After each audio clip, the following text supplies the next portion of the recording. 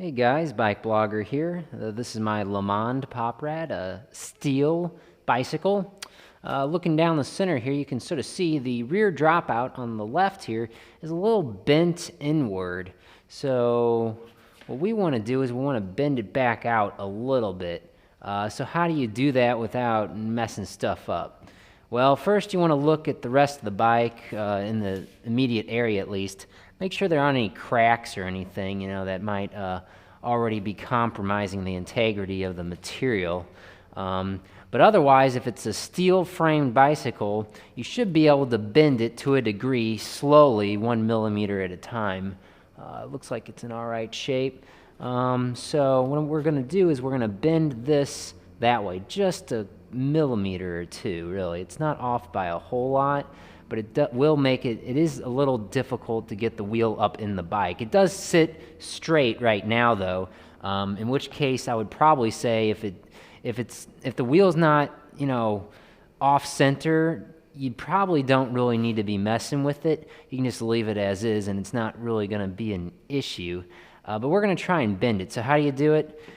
Well, you use something like a rag. You want to put something soft over it, and then go at it with something like a adjustable wrench and slowly bend it that way. I mean, it's not rocket science, guys. It's just simply, forming or moving metal. So let's give it a shot. All right, so I'm looking at the bike from, looking from above, and you can see that this dropout here, it's, pretty straight. It's the drive side dropout with the derailleur here, the shifting mechanism. This is the non-drive side, not as critical, but still important that it's, it's straight, and it is bent in. It's bent that way a little bit, going this way.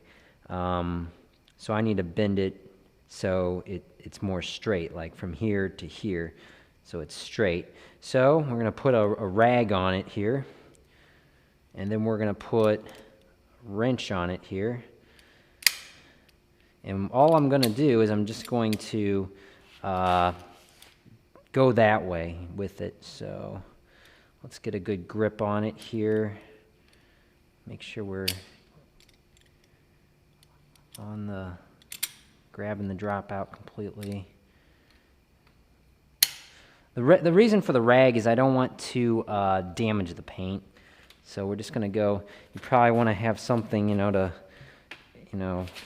hold it as you're pulling it. Just do it little bit by little bit at a time. So we're going to take a look at it, see what it looks like now. Yeah, see, it's not, I didn't really move it at all. It does take a bit of strength.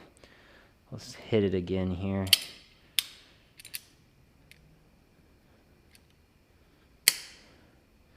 It'd probably help to have something to hold the bike in place, probably a buddy or someone to hold it for you while you're pulling it this way, because as I'm pulling it this way, it's just going to move in the bike stand here.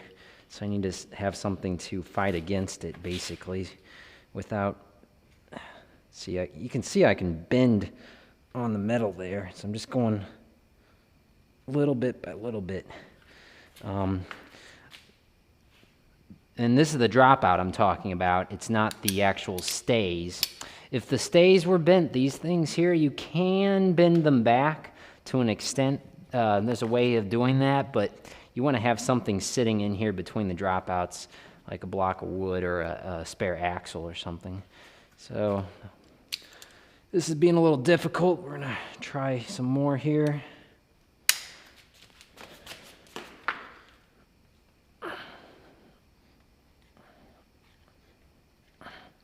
So how did this happen? Well, the bike obviously fell down on the left side, I think. It dropped. All right, so now take a look at it.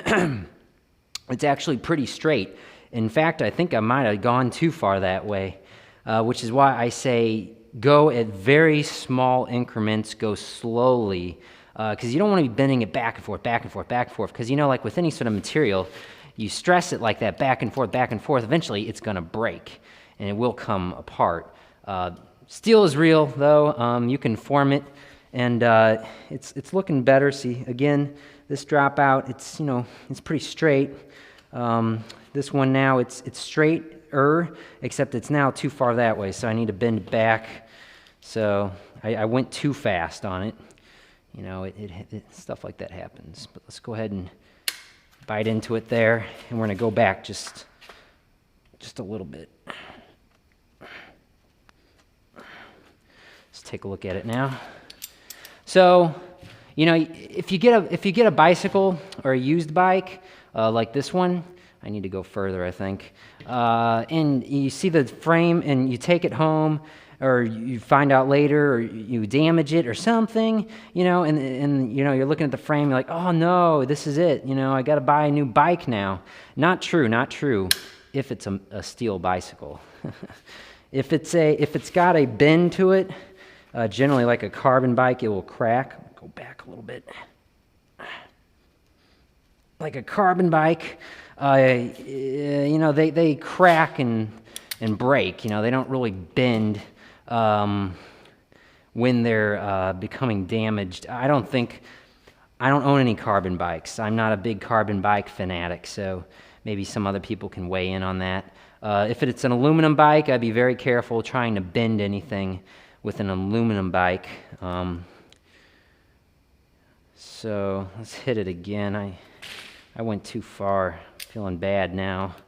I went too far last time. Let's go back this way. Let's get it attached here. So yeah, really only steel can you do this to. I wouldn't recommend doing this with a bike that is not steel.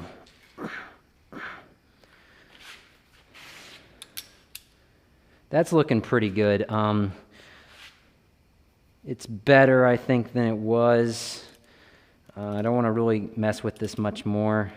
You know, like I said, go in increments of just a millimeter at a time, just a couple of good tugs on it at a time, and make sure you got a good hold on it, and keep checking to make sure you're not messing anything up. It looks like it's still in okay shape. It's looking pretty straight now. It definitely looks better. I still feel I could maybe bend it inward some more. I think I bent it out too far. It's a trial and error process. You know, there's nothing, again, like I said, it's not rocket science. It's sort of a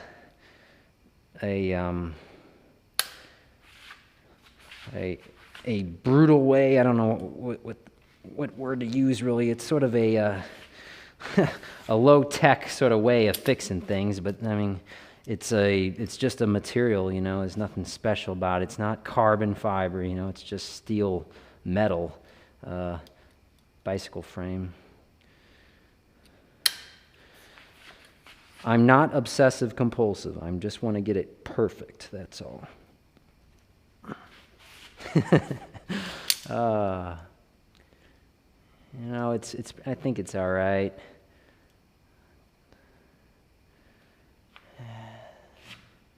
I mean, it looks pretty good. Don't be obsessive compulsive like me. It's not healthy.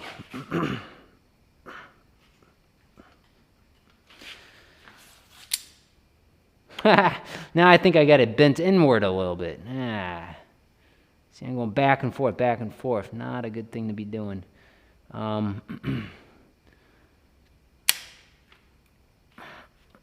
All right, let's stop doing that. Let's go ahead and grab the wheel now, the rear wheel here, and let's see if it's a little easier to get it in the bike frame now.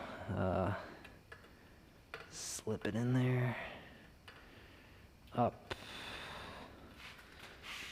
and over. Let's try to get it on the right sprocket, whatever. Let's see. Oh wow, so that went right up into the frame a lot easier than I was, having before. Before the getting the wheel up in here, it was really hard. It like wasn't fitting in there. It's like, what's going on? I own single speed bikes pretty much exclusively, so this sort of stuff with the derailleur and the chain not being it has a lot of slack to it, obviously. Got my hand messed up there. It's oil. So I was like, is it usually this hard to put a rear wheel in a multi-speed bike? And no, it's not supposed to be. So let's go ahead and do that one more time. Let's bring it up into the frame. And, oh, look at that. It's in there. Yeah. So yeah, I fixed it. I bent the dropout back into position. I'm pretty certain it was the dropout that was bent. It looked like the dropout was bent. I don't think it was the fact that the chain stays were too close together. They just needed to be spread apart. I don't think that was it. It looked like the dropout, just this part here, this is the dropout, just this was, bent a little bit inward. I mean, I could tell just looking at it with my, my own eyeballs, my naked eye, which is, again, another reason why it is not it's not rocket science, guys. It's just, you're just bending stuff back and forth. Steel is real, baby. Thanks for watching.